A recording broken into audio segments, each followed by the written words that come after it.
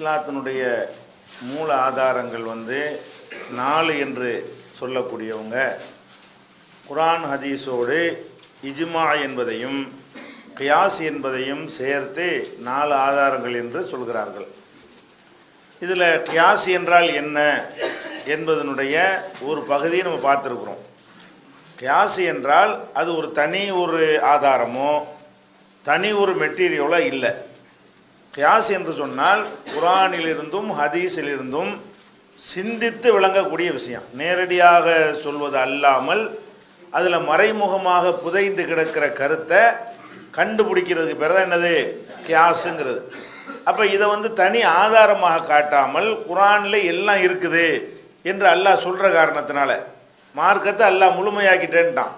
முழுமையாக்கிட்டான்னா அதில் எல்லாம் இருக்குன்னு அர்த்தம். ஒன்றும் டைரெக்டாக இருக்கும், இல்லைன்னா என்ன செய்யும், இன்டைரக்டாக இருக்கும், மறைமுகமாக இருக்கும். அப்போ அந்த மறைமுகமாக இருக்கக்கூடியதை நம்ம எடுத்து சொல்கிறோம் இல்லையா, அதுதான் கியாஸு. அதுக்கு உங்களுக்கு நிறைய உதாரணங்கள்லாம் என்ன செய்யப்பட்டிருக்கு, சொல்லப்பட்டிருக்கு. ஒரு காலத்தில் அதிலேருந்து கியாஸ் எடுக்க முடியாத விஷயங்கள்லாம் கூட இந்த காலத்தில் என்ன செய்வாங்க, உள்ளவங்களுக்கு விளங்கும்.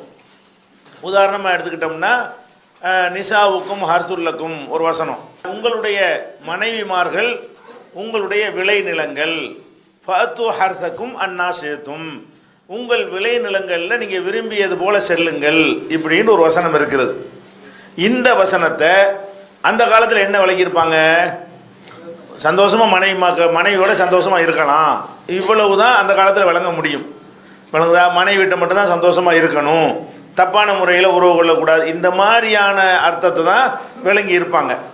ஆனால் இன்னைக்கு என்னவெல்லாம் விளங்குவோம், கியாஸாக விளங்குறது என்னென்ன விளங்கலாம்னு கேட்டால், இந்த காலத்தில் அந்த காலத்தில் குழந்தை உருவாகிறதா இருந்தால் ஆண் பெண் சேர்க்கையினால் மட்டும்தான் உண்டாக முடியும்.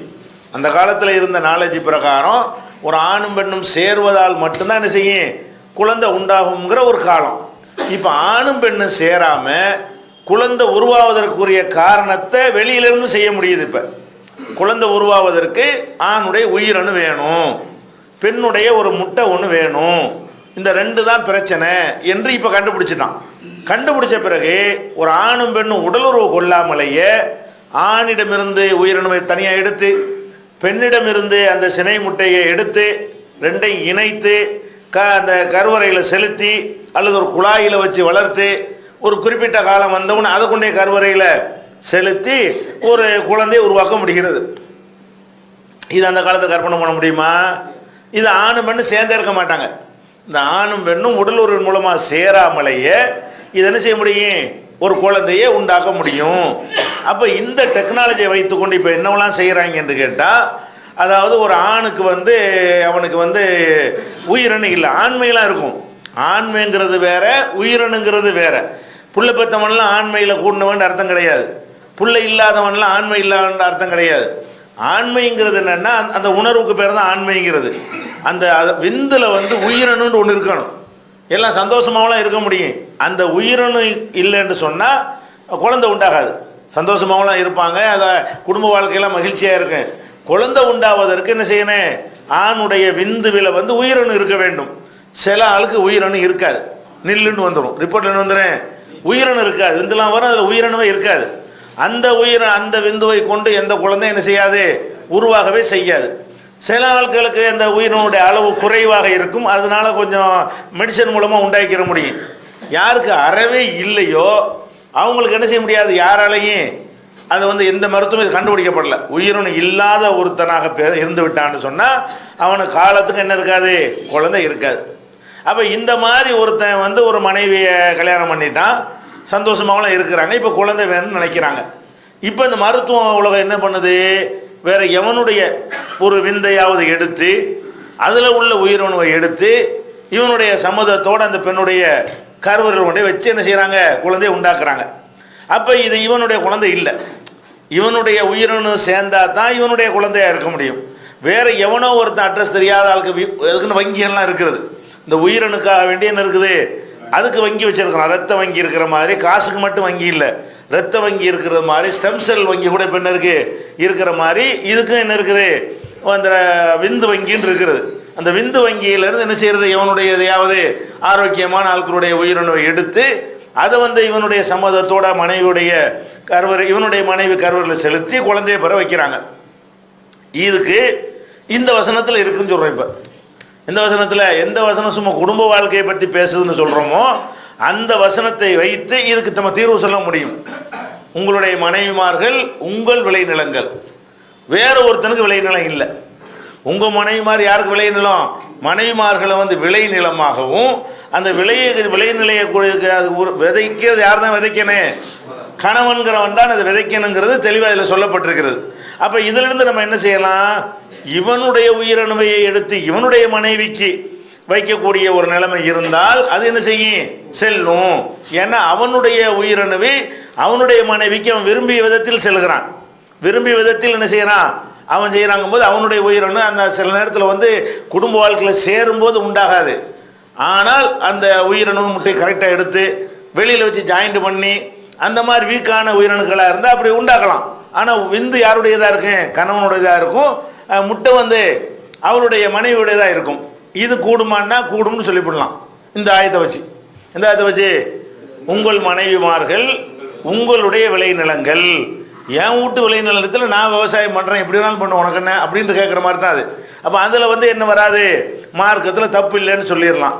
இன்னொருத்தனுடைய ஒரு உயிரணுவை எடுத்து இன்னொருத்தனுடைய மனைவியுடைய கர்ப்பப்பையில் செலுத்தினாங்கன்னு சொன்னால் அது வந்து கூடாது. மார்க்கத்தில் அனுமதிச்சாலும் கூடாது. ஏன்னா அவன் தான் அவனுடைய விவசாயம் தான் நடக்கணும் அப்படின்னு நினைஞ்சிட்டான்ல, தெளிவாக சொல்லிட்டான். அப்போ இது வந்து அந்த காலத்தில் உள்ளவங்க இதில் வழங்காது. சில விஷயங்கள் வந்து கியாசு என்பது வந்து விரிந்தது. அது அந்த காலத்தில் நம்மளும் சொல்லிட்டு போயிருக்க மாட்டாங்க. புதுசு புதுசாக கண்டுபிடிக்கக்கூடிய விஷயங்கள் எல்லாம் அந்த ஏதோ ஒரு குரான்ல ஏதோ ஹதீஸ்லாம் இருக்கும். இப்போ புதுசு புதுசாக அவன் என்னத்தை கண்டுபிடிச்சாலும் சரி இதனுடைய தீர்மானம் இதில் இருக்கு. ஏதோ ஒரு குரான் வசனத்துக்குள்ள இது இருக்கும், ஏதாவது ஒரு ஹதீஸுக்குள்ள இது இருக்கும். சிந்திச்சு பார்த்தா அந்த கருத்து அதில் கிடைக்கும். ஆனால் இது வந்து நம்ம தான் செய்ய முடியுமே தவிர முன்னாடி உள்ளவங்க பண்ண முடியுமா? கியாஸுக்கு முடிவே கிடையாது. அந்த காலத்தில் கியாஸ் முடிஞ்சுக்கிறாங்க. கியாஸை சொல்கிறவங்க கூட என்ன பண்ணுறான்னு கேட்டால் கியாஸ்லாம் அந்த மாதிரி அறிவாளிகள் காலத்தோடு முடிஞ்சிருச்சு. இப்போ நம்ம கியாஸ் பண்ண முடியுமாங்கிறாங்க. நம்ம ஏதாவது சொன்னோம்னா கியாஸ்லாம் யார் தான் செய்யணுமா? ஏற்கனவே உள்ளவங்க செஞ்சால் தான் கியாசம், நம்மளாம் செய்யக்கூடாது அப்படின்லாம் சொல்கிறாங்க. ஆனால் தப்பாக விளங்குறாங்க. ஏன்னா கியாஸ்னா ஒன்றிலிருந்து விளங்கக்கூடிய விஷயங்கள் வந்து ஒவ்வொரு காலத்தில் என்ன செய்யும், அதனுடைய விளக்கங்கள் கூடுதலாக இருந்துக்கிட்டே இருக்கும். அவங்களுக்கு கண்டுபிடிக்கல, நம்ம கண்டுபிடிக்க இயலும். அதில் என்னென்னலாம் அடங்கி இருக்கிறது என்பதை வந்து அவங்க காலத்துக்கு தகுந்தவாறு அவன் புரிஞ்சான்னு சொன்னால் நம்ம காலத்துக்கு தகுந்தவாறு நம்ம புரிவோம். நமக்கு பிந்தின காலத்தில் வர இதோட கூட கூட புரிவான். வேறு சில வசனங்கள் நம்ம சாதாரண வசனம்னு சொல்லிட்டு போயிருப்போம். அதை பார்த்தா பயங்கரமான ஒரு மேட்டரை சொல்லும். அது எப்போ விளங்குது? அடுத்த ஜெனரேஷனுக்கு விளங்கும். அப்போ இதுதான் கியாஸுங்கிறது. அப்போ நிசாவுக்கும் ஹர்சுல்லக்கும் இந்த ஒரு வசனத்தை வைத்துக்கொண்டு இப்போ நவீன காலத்தில் உள்ள இந்த குழந்தைகள் உருவாகுவதற்கு இருக்குல்ல வாடகத்தாய் கூட இப்போ வச்சிருக்கிறாங்க. இப்போ ஆம்பளைக்கு எடுக்கிற மாதிரி என்ன பண்ணுறாங்கன்னா ஆம்பளைக்கு அந்த உயிரினம்லாம் இருக்கும், பொம்பளைக்கு பஞ்சாயத்தாக இருக்கும். அந்த கற்பு அறையில் என்ன செய்யாது, குழந்தை வந்து உண்டாகாது. அந்த மாதிரியான ஒரு நிலையாக இருக்கும். அதில் சினை முட்டை வந்து அந்த குழந்தை உருவாகிற அளவுக்கு அது உட்கரு வந்து அதில் இல்லாமல் இருக்கும், பலவீனமாக இருக்கும் அப்படின்னு சொன்னால் அப்போ நம்ம பிரிஞ்சிட வேணாம், நீ மனைவியாக இருக்கணும், நான் புருஷனாகவே இருக்கணும், நம்ம இப்படி இருப்போம். ஆனால் உனக்கு குழந்தை உண்டாதுங்கிறதுனால நம்ம வாடகத்தாய் மூலமாக குழந்தையை பெற்றுக்குருவோம். அதுக்குன்னு சில பேர் இருப்பாங்க. அந்த பெண்களுக்கு ஒரு தொகையை கொடுத்து ஒரு தனியாக இவங்களுடைய கண்ட்ரோலில் வைத்து பராமரித்து என்ன செய்வாங்க. ஆனால் கணவன் போய் சேர்ந்து குழந்தை விபச்சாரத்தின் மூலமாக உண்டாகிறது இல்லை. எப்படி உண்டாகிறது? இவன்ட்டு உயிரினம் மட்டும் எடுப்பாங்க. அந்த பெண்ணிடத்துல சினமுட்டை எடுத்து வெளியே வச்சு ஜாயிண்ட் பண்ணி அவளுடைய கற்பப்பையில் வச்சிருவாங்க. அது வளர்ந்து என்ன செய்யும், உருவாகும். அப்போ இது இவனுடைய குழந்தையா தான் அது உருவாகுது. இந்த மனைவிக்கு அதில் எந்த ஒரு சம்பந்தமும் இல்லை. பெற்று கொடுத்தோன்னா அது குழந்தை கொடுத்து ஓடி போயிடணும். குழந்தை பெற்று வாடகத்தாயிட்டு தான் அது என்னது, பெற்று கொடுக்குற வரைக்கும் இவனுடைய வேலை. அப்போ இந்த மாதிரியா செய்யும் பொழுது இதுக்கு அதில் மறுப்பு வந்துடுது. ஏன்? உங்கள் மனைவி தான் உங்களுக்கு விளைநிலம், இன்னொருத்தி விளைநிலம் கிடையாது. அதுவும் வந்துடுதுல.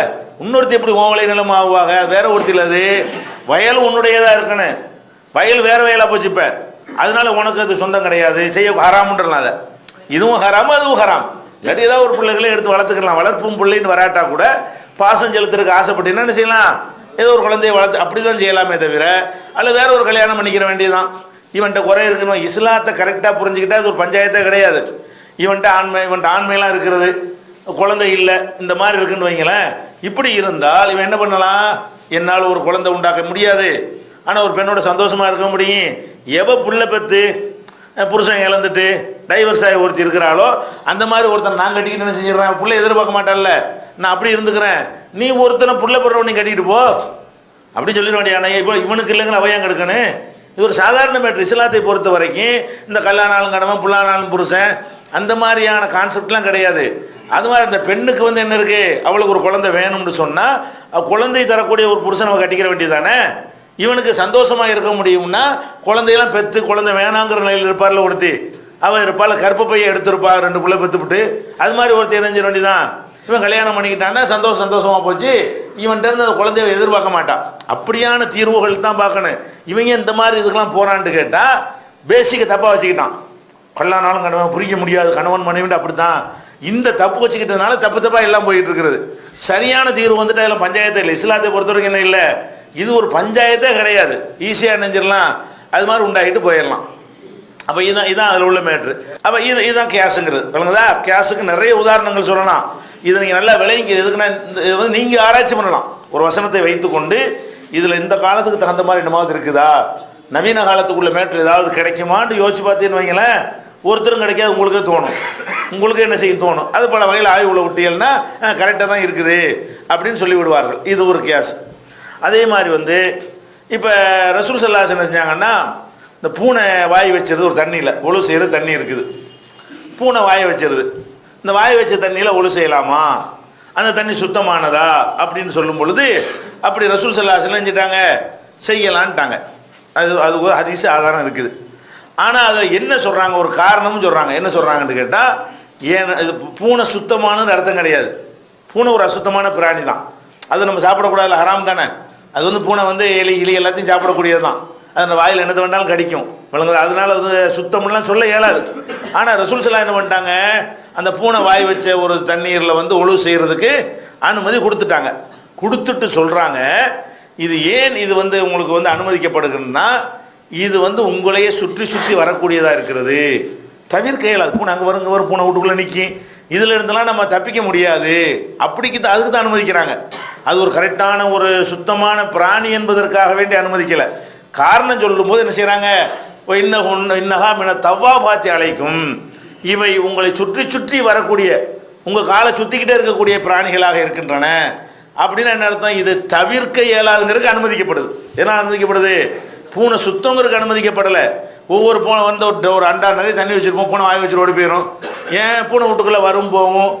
அப்போ அந்த மாதிரி வீட்டுக்குள்ளே வந்து போகக்கூடிய ஒரு பிராணிகளாக இருக்குமே. ஆனால் அந்த மாதிரி பிராணிகள் வாய வைக்கிறதுக்கெல்லாம் அப்படி சட்டம் போட்டோம்னு சொன்னால் நிறைய தண்ணியை வீணாக்க வேண்டி வந்துடும், தண்ணி என்ன நாசமாக போயிடும், ஒரு ட்ரம்மு தண்ணி இதோடு ஊற்ற வேண்டி வந்துடும். அது தண்ணி பஞ்சமான காலத்தில் யோசிச்சு பார்க்கணும். இப்போ நமக்கு தண்ணி சாதாரணமாக கிடைச்சாலும் அந்த பாலைவனத்தில் கற்பனை பண்ணி பார்த்தா என்ன இல்லை, ஒரு ஒரு செம்பு தண்ணீரில் ஒழு செஞ்சிருவாங்க, ஒரு சின்ன 4 கை தண்ணியில் குளிச்சிருவாங்க. அந்த மாதிரி ஒரு தண்ணி பஞ்சம் உள்ள ஒரு சமுதாயத்தில் வந்து இதை சட்டமாக்க முடியாது. அப்படி ஒரு சமுதாயம் இருக்கலாம். நீங்கள் வேணால் ஊற்றி விட்ருங்க, நல்ல செழிப்பாக இருக்கிற காலத்துல செய்யுங்க, அந்த தண்ணியில் ஒழு செஞ்சு தான் ஆகணும்னு உங்களுக்கு ரூல் ஒன்றும் கிடையாது, அனுமதி தானே. உங்களுக்கு பூனை வாயை வச்சுட்டு பிடிக்காட்டி ஊற்றி விட்ருங்க, சாதாரணமாக தண்ணி கிடைச்சா என்ன செய்யுங்க, அது சாதாரண விஷயம். தண்ணி டைட்டாக பத்தாக்குறையாக இருக்கிற காலத்தில் அவனுக்கு என்ன பிரச்சனை, யூஸ் பண்ணால் பண்ணிக்கலாம், ஒன்றும் பிரச்சனை இல்லை, அதில் ஒன்றும் தப்பு கிடையாதுங்கிறாங்க. அப்போ இதில் வந்து இது பூனைக்கு மட்டுமா இல்லை, ஏன் இல்லைங்கிறோம், அதுலேயே காரணம் சொல்லிட்டாங்களே, பூனைக்கு மட்டும் அவங்க சொல்லலை, என்ன சொல்லிட்டாங்க, தவ்வாபாத்தி அழைக்கும், இவையெல்லாம் உங்களை சுற்றி சுற்றி வரக்கூடியவை, இதெல்லாம் வந்து வாயை வைக்கிறது தவிர்க்க முடியாது. நீங்கள் பானையில் தண்ணி வச்சு தானே செய்யும், வாயை வச்சுட்டு ஓடி போயிடுறேன். இந்த மாதிரி உங்களை சுற்றி சுற்றி வரக்கூடிய அது மாதிரி வளர்ப்பு பிராணிகளாக இருந்தால், அதுக்கு ஒன்று கருத்து என்ன, வளர்ப்பு பிராணிகளாக இருந்தால் அவை வந்து வீட்டுக்குள்ளே வந்து போகிற மாதிரி, ஒரு ஆட்டை கூட என்ன செய்வாங்க, சில வீட்டு பிராணியை வளர்ப்பாங்க, கோழியை வளர்ப்பாங்க, அது வந்து வாயை ஒழிச்சிட்டு போயிடுச்சு, அப்படி காலில் போட்டு பாஞ்சிட்டு கூச்சிட்டு தப்பிச்சு ஓடி போச்சுன்னு வைங்க, இதுக்காகலாம் தண்ணி வீணாக்கிறாதீங்க, இதுக்கெல்லாம் வீணாக்க முடியாது. ஏன்னா இது தவிர்க்க இயலாது, முடிஞ்ச அளவுக்கு தான் மார்க்கத்தை கடைப்பிடிக்கணுமே தவிர இதெல்லாம் நம்மளை மீறி நடந்து விடும். இப்படி எடுக்கலாமா இல்லையா, இது பூனைக்கு சொன்னது ஆட்டுக்கு எடுத்துக்கலாம், கோழிக்கு எடுத்துக்கலாம், பூனைக்கு மட்டும் உள்ள சட்டம்னு எடுக்க இயலாது. ஏன் இயலாது, காரணம் சொன்னதுனால. காரணம் சொல்லிச்சுல தவா பார்த்து இழைக்கும்ண்டு. காக்காய் வந்து வீட்டுக்குள்ளே வளர்க்குறது, அது எப்படிப்பட்டதா இருக்குன்னு, வீட்டுக்குள்ளே உங்களுக்கு தவிர்க்க இயலாம வளர்க்கக்கூடியதாக இருக்க வேண்டும், உங்களையே சுற்றி சுற்றி வரக்கூடியதாக இருக்கணும். பூனையெல்லாம் காலை சுற்றிட்டு நிற்கும், எலி பிடிக்கிறக்கா நம்மளை கூட வளர்க்குவோம், அந்த மாதிரி வீட்டுக்குள்ளே வந்து போயிட்டு இருக்கும் பொழுது எப்படி பாதுகாத்து வச்சாலும் என்ன செஞ்சிடறது, அது வாய் வைக்கிறதுக்கு வாய்ப்பு இருக்குது. வீட்டுக்குள்ள இருக்கும்போது தடுக்க முடியாதுல்ல. நாய்க்கு மட்டும் தனியா சொல்லிட்டாங்க. எதுக்கு விதிவிலக்கு வந்திருக்கிறது, அது என்ன செய்யக்கூடாது, பொறுத்திடக்கூடாது. அடுத்தது என்னன்னா, அந்த கியாஸுங்கிற சிந்திச்சு வழங்குறோம்ல, ஒழுங்கா சிந்திக்கணும். நம்ம கவனமான ஒரு மேட்ரு. உன்னோட ஒன்று சிந்திச்சு என்ன செஞ்சிடக்கூடாது, பார்த்தா கரெக்ட் மாதிரி தெரியும். சிந்திக்கக்கூடிய நேரத்தில் என்ன இருக்கணும், கேர்ஃபுல்லாக கவனமாக இருக்கணும். ஒரு உதாரணத்துக்கு தப்பாக சிந்திக்கிறதுக்கு ஒரு உதாரணம் சொல்கிறதா இருந்தால், ஒரு போர்டில் நினைஞ்சிருக்காங்க, ஒரு நாய் படத்தை போட்டிருக்கிறாங்க. போர்டில் என்ன செய்யுது, நாயை வரைஞ்சிருக்குது. இது என்னன்னு கேட்டால் என்ன சொல்லுவீங்க, நாயின்னு சொல்லுவீங்க. நாயின்னா குறைக்கும், இது குறைக்கும்னு சொன்னால் கேஷ் ஆகிடுச்சு. இப்போ வாங்குதா, அதான் அர்த்தம். இது நாய் என்ன செய்யும், குறைக்கும். அப்போ இது குறைக்கும்ல, படம் குறைக்குமா, குறைக்காது. அப்போ இது நம்ம சிந்திக்கிற மாதிரி தெரியுது, கரெக்ட் மாதிரி தெரியுது, ஆனால் கரெக்ட் இல்லை. ஏன் கரெக்ட் இல்லை, பேசிக்கலி தப்பு பண்ணிவிட்டீங்க. இது நாயின்னு நாய் இல்லை, நாய் படம்னு சொல்லணும். இது நாயின்னு ஒத்துக்கிட்டனால தான் குழப்பம் வருது. நாயத்தான் நாயின்னு சொல்லணுமே தவிர நாயுடைய படத்தை என்ன செய்யக்கூடாது, நாயின்னு சொல்லக்கூடாது. இது நாயின்னு ஒன்று தலையாட்டினின்னு வைங்க, பேசிக்கல தப்பு பண்ணிட்டா ரிசல்ட் என்ன ஆயிரும், தப்பாயிரும். இது நாய் தானே, சரி நாயெல்லாம் என்ன செய்யும், குறைக்கும். அப்போ இது என்ன செய்யும், குறைக்குன்னு ஒரு படத்தை காட்டி இது குறைக்கும்னா என்ன செய்யும், மறுக்க இயலாது உங்களுக்கு. ஏன், லாஜிக் கரெக்டாக போச்சு. எதனால லாஜிக் கரெக்டாக போச்சு, பேசிக்கை நீங்கள் தப்பாக ஒத்துக்கிட்டீங்கன்னா, ஒரு விஷயத்தை தவறாக நீங்கள் ஒத்துக்கொண்டீர்களே ஆனால், அல்லது தவறாக ஒன்றை புரிந்து கொண்டீர்களே ஆனால், அதில் சிந்திக்கிற முடிவு என்னவாகி போயிடும், தவறாக போயிடும். அதனால இது நாயினா இது மாதிரி சொன்னாங்கன்னா என்ன செய்யணும், இது எப்படி நாயாகும், இது நாய் இல்லையே, இது மைய, இது இது இப்படி நாயின்டா உயிரோடு கொண்டு வந்து காட்டாதான் நாய். அப்போ தான் அந்த லாஜிக் என்ன செய்யும், கரெக்டாக வரும். அதே மாதிரி இன்னொரு விஷயம் என்னன்னு கேட்டால், இந்த நேரடியாக ஒரு வசனத்துக்கு அர்த்தம் வருதுல்ல, அதுக்கு பேர் நஸ்ன்னு சொல்லுவாங்க. நஸ்ஸுன்னா என்ன அர்த்தம், நூன் சாது. நஸ்ன்னு சொன்னால் டைரக்டாக ஒரு விஷயம் கிடைக்கிறதுக்கு பேர் என்னது, நஸ்ஸுங்கிறது. கியாஸ்னா என்ன அர்த்தம், அதில் சிந்திச்சு நம்ம விளங்கக்கூடிய கருத்து. சில நேரங்களில் கியாஸும் நஸ்ஸும் மோதக்கூடியதாக வரும். ஒரு கியாஸாக நம்ம ஒரு சட்டம் எடுப்போம், இது நேரடியாக சொல்லக்கூடிய ஒரு விஷயத்துக்கு மாற்றமாக அமைஞ்சு போயிடும். அப்படி வந்தால் நஸ்ஸுக்கு முன்னாடி கியாஸ் நிற்காது. என்ன செய்யாது, டைரக்டாக சொன்னது இது விளங்கி எடுத்ததுலேருந்து எதை செய்யக்கூடாது, நஸ்ஸை மறுத்து விட்டுறக்கூடாது. அது புரியுறதுக்கு சொல்வதாக இருந்தால், இப்போ ரசூல் ஸல்லல்லாஹு என்ன செய்கிறாங்கன்னா, இந்த பட்டு இருக்குல்ல, பட்டு ஆடையை கொண்டாந்து உமர் ரலியல்லாஹு வரது பட்டு ஆடை வந்தோன்னு என்ன செய்கிறாங்கன்னு கேட்டால், அதை ரசூல்லாட்ட கொண்டாந்து கொடுக்குறாங்க. ரசூல்லாட்ட என்ன செய்கிறாங்க, ரசூல்லா என்ன செய்கிறாங்க, உமருக்கு கொடுக்குறாங்க. ரசூல்லா என்ன செய்கிறாங்க, இதை கொடுத்தோன்னு வாங்கிட்டு போயிடுறாரு. அப்போ என்ன செய்கிறாருன்னா, சொந்தக்காரங்களுக்கு கொடுக்குறதுக்காக தான் ரசூல்லா கொடுத்துருக்குறாங்க. அப்போ அவர் என்ன சொல்கிறாருன்னா, நீங்கள் அதெல்லாம் அணியக்கூடாதுன்னு சொன்னீங்களே, இப்போ எனக்கு தர்றீங்களே அப்படின்னோடனே ரசூல்லா என்ன சொல்கிறாங்கன்னா, பட்டு என்பது யாருக்கு உரியது என்று சொன்னால், யாருக்கு ஆகிரத்தில் பாக்கியம் இல்லையோ, யாருக்கு மறுமையில் பாக்கியம் இல்லையோ அவங்களுடைய ஆடை இதெல்லாம். இந்த லிபாஸ், இந்த ஆடை இருக்குத, மறுமையில் பட்டாடை அணிகிறதுன்னு ஒரு பாக்கியம் இருக்குத, அந்த பாக்கியம் கிடைக்காதவங்க தான் அணிவாங்க. அது முஸ்லீம் அணியக்கூடாதுன்னு அர்த்தம். மறுமையில் பட்டாடை அணிகிற பாக்கியம் யாரு கிடைக்கும், முஸ்லீமு கிடைக்கும், காஃபிரு கிடைக்காது. அப்போ இந்த ஹதீஸில் ரசூலா என்ன செய்கிறாங்க, பட்டை ஹராம் ஆக்கும் பொழுது இது யாருக்கு மறுமையில் பாக்கியம் கிடைக்காதோ அவங்களுக்கு உரிய ஒரு ஆடை அப்படின்னு சொல்லிடுறாங்க. அப்போ இதிலேருந்து என்ன செய்யுது, பட்டு ஹராம்ங்கிறதும் தெரிகிறது. அதுக்கு என்ன காரணம், மறுமையில் அது கிடைக்காது என்ற காரணம்னு வந்துடுது. இதிலேருந்து நம்ம என்ன விளங்குறோம், இந்த காரணத்தை வைத்து கொண்டு விளங்குறோம்னா, மறுமையில் வெற்றி அடைதல் என்பது ஆணு பெண் எல்லாத்துக்கும் உரியது தான். மறுமையில் பாக்கியத்தை அடைகிறது யாருக்கு உரியது, ஆண்களுக்கு உள்ள மாதிரி பெண்களுக்கும் உரியது தான். அப்போ இதை வைத்து கொண்டு சட்டம் எடுத்தால் பொம்பளையும் பட்டு அணியக்கூடாது. இந்த ஹதீஸை வைத்து நம்ம சட்டம் எடுத்தால் என்ன செய்யக்கூடாது, ஏன் இந்த பட்டாடை என்பது மறுமையில் யாருக்கு பாக்கியம் இல்லையோ அவர்கள் அணிகிற ஆடை அப்படின்னு சொல்லிட்டாங்க. அப்போ மறுமையில் பாக்கியத்தை வச்சு சம்மந்தப்படுத்தும் போது மறுமை என்ன ஆம்பளைக்கு மட்டும் உள்ளதா மறுமைங்கிறது, ஆணும் பெண் அனைவருக்கும் உள்ளதுதான் மறுமை வாழ்க்கைங்கிறது. அப்போ இது மறுமையில் நமக்கு அது கிடைக்காது, இங்கே அணிகிறவனுக்கு மறுமையில் கிடைக்காது என்று சொன்னால், அப்போ அதில் நம்ம என்ன சட்டம் எடுக்கணும், ஆண்களும் பட்டு அணியக்கூடாது பெண்கள் அணியக்கூடாது என்று இந்த காரணத்திலிருந்து கியாஸ் மூலமாக நம்ம அறிகிறோம். ஆனால் நஸ்ஸு என்ன சொல்லுதுன்னா பெண்களுக்கு அனுமதின்னு சொல்லுது. இன்னொரு ஹதீஸ்ல என்ன வருது, பெண்களுக்கு பட்டாடை ரெண்டு இந்த பட்டை எடுத்து காட்டி இது என்னுடைய உம்மத்தில் ஆண்களுக்கு ஹராமு பெண்களுக்கு அனுமதிக்கப்பட்டிருக்கு அப்படின்னு சொல்றாங்க. இப்போ நம்ம இதிலிருந்து சிந்தித்து விளங்குற கருத்து, பொம்பளையும் பட்டு அணியக்கூடாதுன்னு சொல்லுகிறது. நேரடியான கருத்து வந்து பெண்களுக்கு விதிவிலக்கு இருக்கிறது. இப்போ நம்ம எதை எடுக்கணும்? அதான் இது ஆம்பளைக்கு மட்டும் உள்ளது தான். அது விதிவிலக்கு, டைரக்டா விதிவிலக்கு சொல்லிட்டாங்கன்னா நம்ம என்ன செய்யணும்? சிந்திச்சு விளங்குறது கீழே போயிடும். சிந்திச்சு விளங்குற கருத்து எங்க போயிடும்? ரெண்டாவது இடத்துக்கு போயிடும். டைரக்டான ஒரு அனுமதியோ தடையோ வறுமையானால் அதுக்கு முதலிடம் கொடுத்து விட வேண்டும். நேரடியா பெண்களுக்கு அனுமதிட்டாங்கல்ல, அது பெண்களுக்கு இது பேச்சு கிடையாது. பெண்கள் இந்த உலகத்தில் அணிந்தாலும் மறுமையில் அவர்களுக்கு என்ன செய்யாது? பாதிப்பு வராது. மறுமையில் அவர்கள் அணிவார்கள், இந்த உலகத்திலையும் பட்டு அணியலாம் அப்படின்னு பெண்களுக்கு எடுத்துக்கொள்ளணும். ஆனால் கியாசு பிரகாரம் பார்த்தா என்ன செய்யக்கூடாது? இந்த ஹதீஸை வைத்து நம்ம கியாசு மாதிரி கியாஸில் எடுத்தோம்னு சொன்னால் என்ன என்ன கூடாது? பெண்கள் அணியக்கூடாது. இந்த ஹதீஸில் இருந்து சட்டம் எடுப்பதாக இருந்தால் மறுமையுடைய இது வந்து பாதிப்பு ஏற்படுத்திடும் அப்படிங்கிற காரணத்தை வைத்து எடுப்பதாக இருந்தால் பொம்பளை என்ன செய்யக்கூடாது? பட்டால் அணியக்கூடாது. இதுதான் அந்த தப்பான கியாஸுங்கிறது. கியாஸு கரெக்டாக இருந்தாலும் அந்த நஸ்ஸுக்கு மாத்தமாக நினைஞ்சிடக்கூடாது. ஒரு ஒரு ஹதீஸ் டைரக்டாக வந்துருச்சுன்னு சொன்னால் அதுக்கப்புறம் இதெல்லாம் என்ன செய்யாது? நிற்காது. டைரக்டாக ஒரு ஆயத்து, டைரக்டாக ஒரு ஹதீஸ் இதுக்கு மாற்றமாக வருது. நம்ம சிந்திச்சு விளங்குற கருத்துக்கு மாற்றமாக வந்தால் இதை வந்து கீழே தள்ளிடணும். இதுக்கு பெரிய வெயிட்லாம் கொடுக்கக்கூடாது. நேரடியாக சொன்னது எப்போதுமே அதுக்கு ஒரு முக்கியத்துவமானதான். உலகத்தில் யாருடைய பேச்சாக இருந்தாலும் சரி டைரக்டாக சொல்கிறதுக்கு ஒரு முக்கியமானதாக இருக்கிறது. அடுத்து என்னென்னு கேட்டால், அபு ஹனீஃபா இமாம் இருக்கா, பெரிய ஆள் தான், அவர் அறிஞர் தான். அவர் ஒரு கேஸு, அவருடைய கேஸை பாருங்களேன். தப்பான கேஸுக்கு ஒரு உதாரணம் சொல்கிறாருந்தா இது மாதிரி நிறைய பண்ணியிருக்காங்க. ஹனபி மதஹப் கிதாபில் நிறைய இது மாதிரிலாம் கிடைக்கும். என்ன கேஸ் பண்ணுறாங்க? ஒருத்தன் விபச்சாரம் பண்ணுறான். விபச்சாரம் பண்ணினான்னா அதுக்கு என்ன இருக்குது? மார்க்கத்தில் தண்டனை இருக்குது. அதுக்கு வந்து கசையடியோ கல்லால் எறிந்து கொள்றதோ அது இருக்குது. இதை வந்து என்ன செய்கிறார்? அபூ ஹனீஃபா என்ன செய்கிறாருன்னா, விபச்சாரம் பண்ணுறான்ல, காசு கொடுத்து விபச்சாரம் பண்ணிட்டா அவனை தண்டிக்க கூடாது அப்படிங்கிறார்.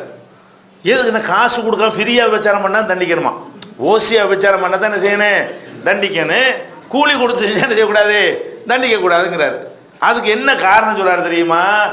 இது மகரு மாதிரி இருக்குது கேஸ்.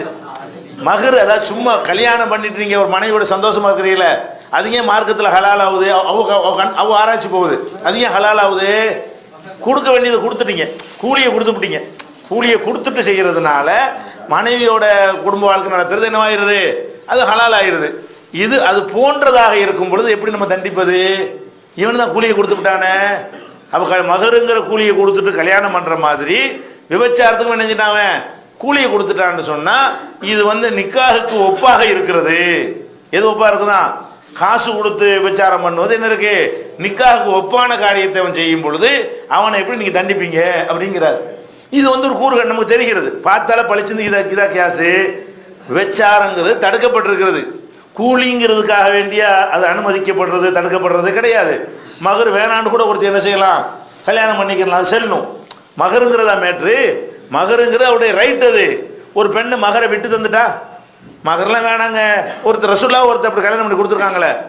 ஒருத்தர் வருவார், இரும்பு மோதிரமாவது கேட்பாங்க.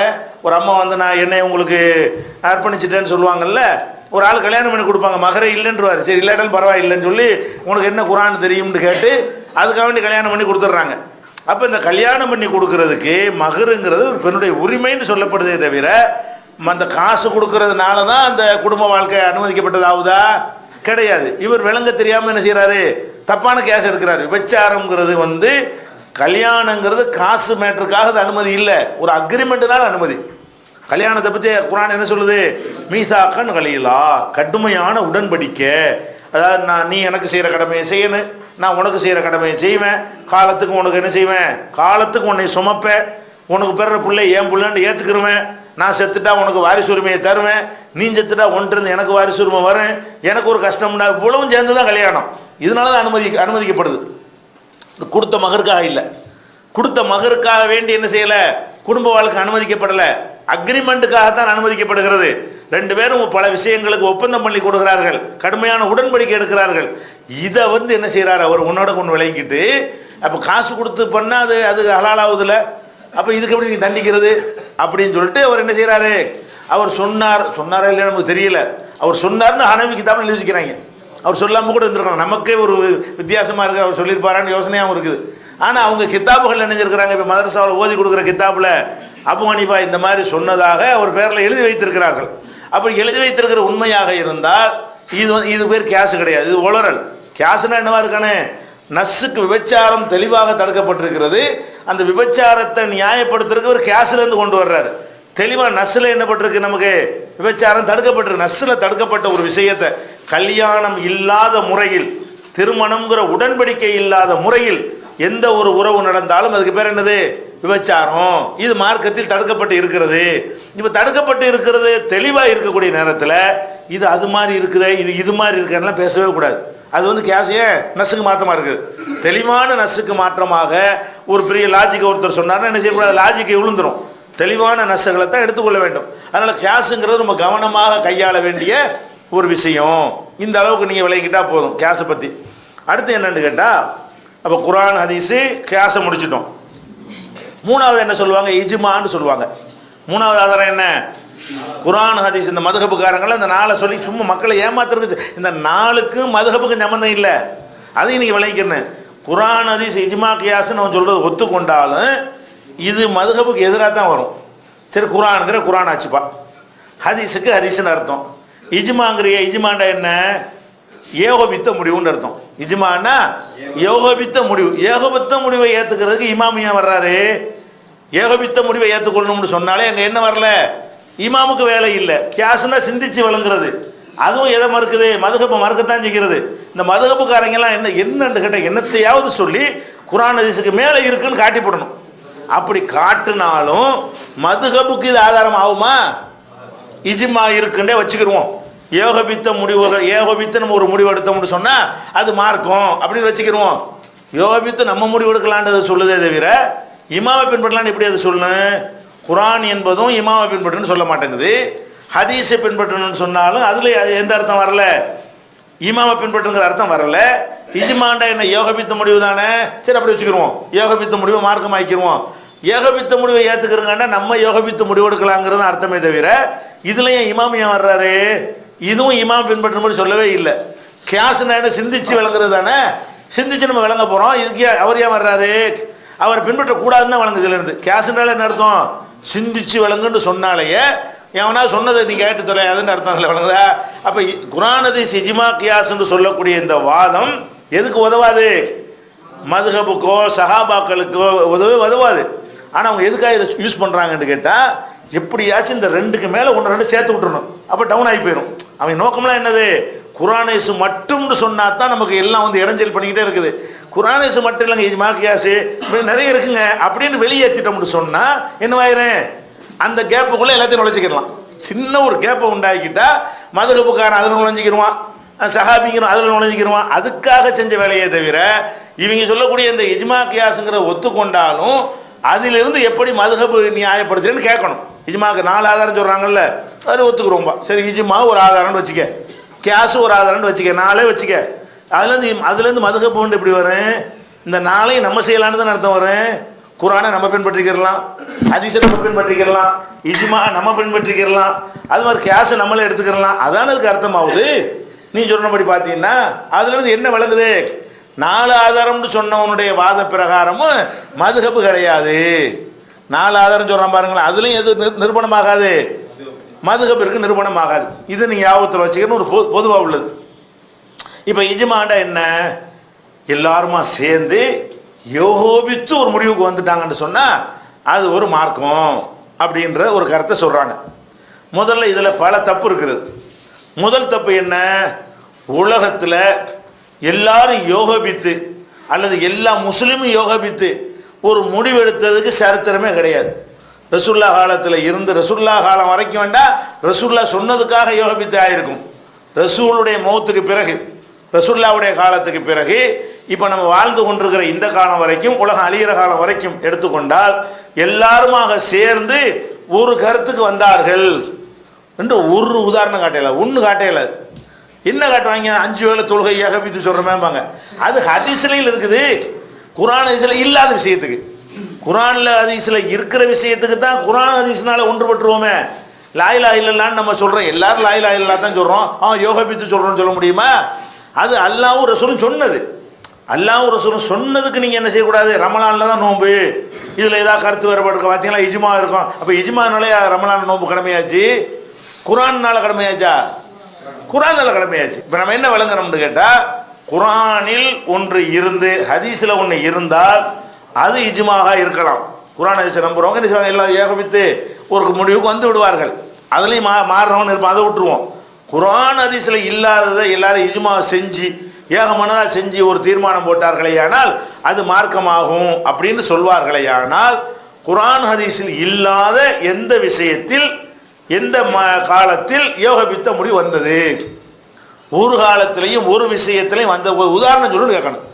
ஏதாவது ஒன்று சொல்லு, இந்த விஷயத்தில் இது குர்ஆன்லையும் இல்லை, இது ஹதீஸ்லையும் இல்லை, எல்லாரும் ஏகமானதாக சேர்ந்து நினைஞ்சாங்க ஒரு முடிவு எடுத்தாங்க, அப்படி சஹாபாக்கள் காலத்தில் எடுத்தாங்கன்னு காட்டு, தாபியன்கள் காலத்தில் எடுத்தாங்கன்னு காட்டு, நம்ம வாழுகிற இந்த காலத்தில் எடுத்தான்னு கூட காட்டையில. ஒரு தேர்தலில் போட்டிடுறதுக்கே ஒன்றா ஒரு முடிவு எடுக்க மாட்டாங்கிறான், அப்புறம் எப்படி இருப்பாங்கிறேன். தேர்தலில் போட்டிடுறதுக்கு எல்லாருமா சேர்ந்து ஒரு மொத்தமாக போய் சீட்டு வாங்கிட்டு ஆதாயம் அடையக்கூடிய ஒரு விஷயம், அதுக்கே ஒன்றாக மாட்டேங்கிறான். எப்படி ஒன்றாகுவான்? இது நடக்கவே நடக்காது. உலகம் நடந்ததும் இல்லை, அது நடக்கவும் செய்யாது. அப்போ இஜ்மான்னு சொல்லுவது வந்து இல்லாத ஒருத்தருக்குன்னு சொல்லலாமா? கற்பனையில் பேசலாமா? இஜ்மான்னு சொல்லி ஒன்று நடக்கவே நடக்காதுன்னு தெரியும் போது எப்படி எல்லாரும் ஒன்று ஆகுவான்? மனிதன் பல சிந்தனை உள்ளவனா படைக்கப்பட்டிருக்கிறான், பல டேஸ்ட் உள்ளவனா படைக்கப்பட்டிருக்கிறான். ஒரே மாதிரி என்ன செய்யாது, எல்லாருமே சிந்திக்கவே மாட்டான். இன்னும் சொல்ல போனால் இந்த கருத்து வேறுபாடுகள்லாம் வந்து மடையர்களுக்கு மத்தியில் வராது, அறிவாளிக்கு மத்தியில் ஒரு மடையனு கருத்து வேறு ஒன்றுமா இருக்காது. அப்போ அறிவாளிகள் தான் என்ன செய்கிறான், அவன் அதை சரியுமா, அவன் இதை சரியுமா. அப்போ அந்த அறிவாளிகளாக இருக்கிறவர்களுக்கு மத்தியில் என்ன வராது? எப்போ இதெல்லாம் ஒத்த கருத்து வரும் தெரியுமா? அம்பூட்டு பேர் கூமுட்டையாக இருந்து ஒரே ஒரு அறிவாளி மட்டும் இருந்தான்னா அறிவாளி சொல்றான்னு கேட்டுக்கிடுவான். அம்பூட்டு பேரும் கூமுட்டையா நம்ம இல்லையே, அவனுக்கு ஒரு கருத்து இருக்கு, எப்படிங்க இது ஏத்துக்கிறேன்னு கேட்டுருவானே. அப்படிப்பட்ட ஒரு நிலையில் இருக்கும் பொழுது எல்லாரும் ஏகோபித்து வர்றதா சொன்னா களிமண் வச்சிருந்தா தான் முடியுமே தவிர மூளை இருந்தா முடியாது. மூளைக்கு மேல என்ன இருக்கணும், களிமண் வச்சிருந்தா இப்போ ரோபோவா இருந்தா என்ன செய்யலாம், ஏகோபித்து தலையாட்ட சொல்லி ப்ரோக்ராம் பண்ணி விட்டா என்ன செய்யும், தலையாட்டிட்டு போயிடும். நம்ம ரோபோவா எப்படி ஏற்படுங்கிற இஜ்மான்னு ஒரு இல்லாதவனு படியான்னு சொல்றாங்க. ஒரு காலத்தில் நடந்து கேட்டா இந்த மாதிரி கிறுக்குத்தனமா என்ன செய்யறது, இஜ்மா என்ன, அபூபக்கரை எல்லாரும் ஜனாதிபதியாக ஏகமானதை ஏற்றுக்கொண்டாங்க, இதுக்கு மார்க்கத்துக்கு என்ன சம்பந்தம் இருக்கு?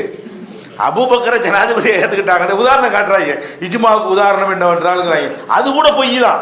அதுவும் எதிர்ப்புக்கு மத்தியெல்லாம் வந்தார் அவர், அதுவே பொய். அபூபக்கரும் ஏகமானதாவெல்லாம் தேர்ந்தெடுக்கப்படலை, போட்டியில் களத்துக்கெல்லாம் சாதெல்லாம் நின்றாரு. அப்புறமே மக்கா காரணம் மதினா காரணம் அப்படிலாம் பெரிய சண்டையெல்லாம் வந்து முஹாஜிரா அன்சாராண்டு வந்து பலவிதமான குழப்பங்களுக்கு மத்தியில் தான் கடைசி அடைஞ்சாங்க. தேர்ந்தெடுக்கப்படும் பொழுது அதிகமானவர்கள் ஆதரிச்சாங்களே தவிர ஏகமானதாவெல்லாம் ஆதரிக்கல. அப்படியே வச்சுக்கிட்டாலும் இதுல என்ன, இதுல மார்க்கத்துக்கு என்ன இருக்குது?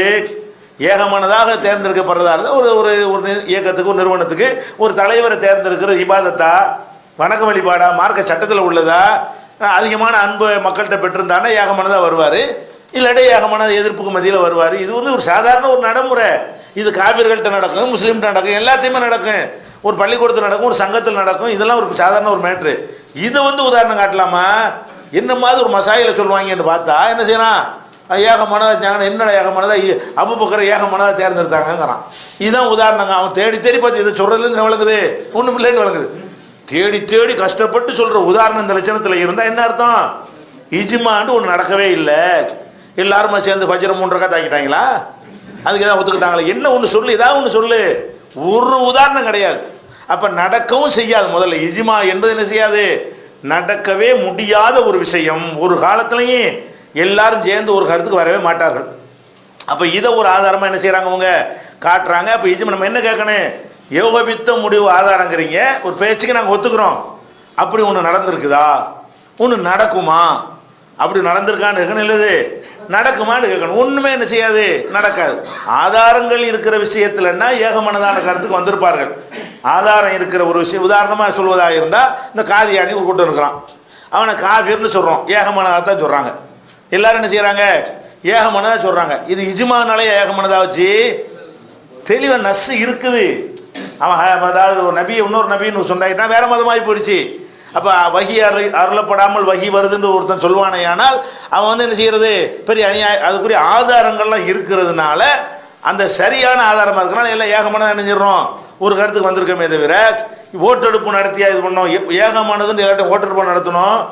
அந்த ஏகத்துடைய ஆலிம்கள்லாம் சேர்ந்து ஒரு தீர்ப்பு மாதிரி அளிச்சிருக்கிறாங்க. நம்மளும் இந்த கருத்தில் இருக்கிறோம்.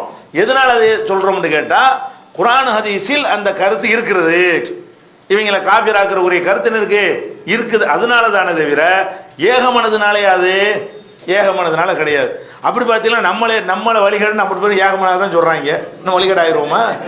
காதியானிக்கு சொல்கிற மாதிரி என்ன செய்யறான், தௌஹீத் ஜமாத் அந்த மாதிரி கணக்கெலாம் வச்சிருக்கிறான். இதுக்கு ஆதாரம் கிடையாது. இதுக்கு பேச வேணும். காதியானோட விவாதத்தை கூப்பிட்றான், மாநாடு போடுறான், நேரடியாக சண்டைக்கு கூப்பிட்றான். நம்மகிட்ட வரமாட்டேங்கிறானே. காதியானிகள்கிட்ட செய்கிற மாதிரி வேலையை நம்மள்ட்ட செய்கிறானா, அவன்கிட்ட போய் பேசி காஃபிங்கிற நிரூபிக்க இயலும். நம்மள்ட்ட பேசி எனக்கு வழிகேட்டவன் நிரூபிக்க இயலாது. அப்போ இவன் ஏகமனதாக இருக்கிறதுங்கிறது இப்படிலாம் வரலாம். ஆதாரங்களோடு இருக்கிறதுனால தான் அது ஏற்றுக்கொள்ளப்படுமே தவிர ஆதாரம் இல்லாட்டி என்ன செய்யாது, ஏற்றுக்கொள்ளப்படாது. அதனால ஏகமானதுங்கிறது என்ன இல்லை, நடந்ததும் இல்லை, நடக்கவும் செய்யாது. இதை வழங்கிக்கணும். அடுத்து என்ன, இதுக்கு என்ன ஆதாரம் அப்படின்னு பார்த்தீங்கன்னா, அவங்க ஒரு ஆதாரத்தை காட்டுறாங்க.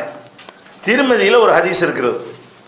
அதாவது 2092 ஹதீஸ். அது என்ன சொல்லுதுன்னு கேட்டால், எதுல்லாஹி மால் ஜமா, அல்லாஹ்வுடைய கை, எதுல்லாஹின்னு அல்லாஹ்வுடைய கை ஜமாத்தோடு தான் இருக்கிறது. ஜமாத்னா கூட்டம். அதாவது தனியாக நின்றுக்கிட்டு இருந்தால் உனக்கு அல்லாஹ்வுடைய அருள் கிடைக்காது, கூட்டத்தோடு சேர்ந்துக்கிட்டு தான் என்ன செய்யும், அல்லாஹ்வுடைய அருள் கிடைக்கும் என்று ஒரு ஹதீஸ் இருக்குது. இது எங்கே இருக்குது? திருமதியில் 2092 இருக்கிறது. எதுல்லாஹி மால் ஜமா, அல்லாஹ்வுடைய எதுண்டா கையின்னு அருள்னு வச்சுக்கிறங்க. எல்லா இடத்துலையும் எதுக்கு கையின்னு அர்த்தம் செய்ய வேண்டியது இல்லை. அல்லாஹ்வுடைய அருள் யாருக்கு இருக்கிறது? ஜமாத்தோடு தான் அல்லாஹ்வுடைய அருள் இருக்கிறது. இதை வைத்துக்கொண்டு என்ன செய்வாங்கண்டா, பார்த்தீங்களா, ஜமாத்தா சேர்ந்தால் அதெல்லாம் அல்லாஹ்வுடைய அருள் இருக்கிறது. நம்ம எல்லாரும் சேர்ந்து ஒரு முடிவு எடுத்தால் அதான் கரெக்டுங்கிற ஆதாரமாக இது. எதுல்லாஹி மால் ஜமாங்கிற அந்த ஹதீஸை வைத்துக்கொண்டு ஏகமானதாக என்ன செய்யலாம், நம்ம ஒரு மார்க்கத்தை தீர்மானிக்கலாங்கிறாங்க. இது மார்க்கத்தை தீர்மானிக்கிறது மேட்டருக்கு வரல. அருள் செய்வது, அதாவது தனியாக இருப்பவரோட கூட்டமாக இருப்பவர்களுக்கு இருக்கு அருள் இருக்குங்கிற கருத்தை தான் தருகிறது. அப்போ இந்த ஹதீஸுக்கு அர்த்தம் என்னங்கிறத வேற ஒரு ஹதீஸ் விளக்கி விடுகிறது. இது திருமதியில் உள்ளதை மட்டும் நீங்கள் பார்க்க வேணாம். 2092 பார்க்காம நசையில் 3954, நசையில் 3954வது ஹதீஸ் ஒன்று இருக்கிறது. அந்த ஹதீஸ் என்ன இருக்குன்னு பாருங்க. அது பெரிய ஹதீஸு. அதுலேயும் இந்த வாசகம் வருது. அதான் இந்த ஹதீஸை ரசூலுல்லாஹ் எப்போ சொன்னாங்க, எதுக்கு சொன்னாங்க என்பது முன்பின் சில விஷயங்கள் சேர்ந்து வருது. எதில்? நசையில். திருமதியில் இது மட்டும் இருக்கிறது. திருமதியில் என்ன இருக்கு?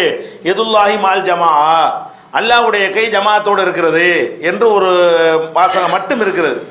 நசையில் இந்த வாசகம் இருக்கிறது.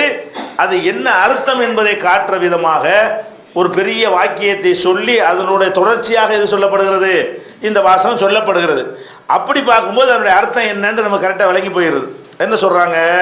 ரசூல் ஸல்லல்லாஹு அலைஹி வஸல்லம் சொல்றாங்க, இன்னஹு சயகூனு பாதி ஹனாத்தும் வ ஹனாத், எனக்கு பிறகு பலவிதமான சண்டை சச்சரவுகள் ஏற்படும். எனக்கு பிறகு ஒத்துமையா இருக்கிறீங்கல்ல, இப்படி இருக்க மாட்டீங்க. நான் இருக்கும்போது எப்படி ஒத்துமையா இருக்கிறீங்களோ இந்த மாதிரி நீங்க இருக்க மாட்டீங்க. எனக்கு பிறகு நிறைய பிளவுகள், சண்டை சச்சரவுகள் ஏற்படும். ஃபமன் ரஐத்துமூஹு ஃபாரக்கல் ஜமா, இந்த மாதிரி பிரச்சனைகள், கருத்து வேறு சண்டைகள் வரும் பொழுது ஜமாத்தை விட்டு பிரியக்கூடிய ஒருத்தனை நீங்கள் கண்டால், ஃபமன் ரஐத்துமூஹு ஃபாரக்கல் ஜமா, ஜமாத்தை விட்டும் பிரியக்கூடிய ஒருவனை நீங்கள் ஜமாத்துக்கு நம்ம அர்த்தம் செய்ய வேணாம். அது என்ன அர்த்தம் அதில் இவ்வளவு விளைகிறது, ஜமாத்துன்னு வச்சுக்கிறோம்.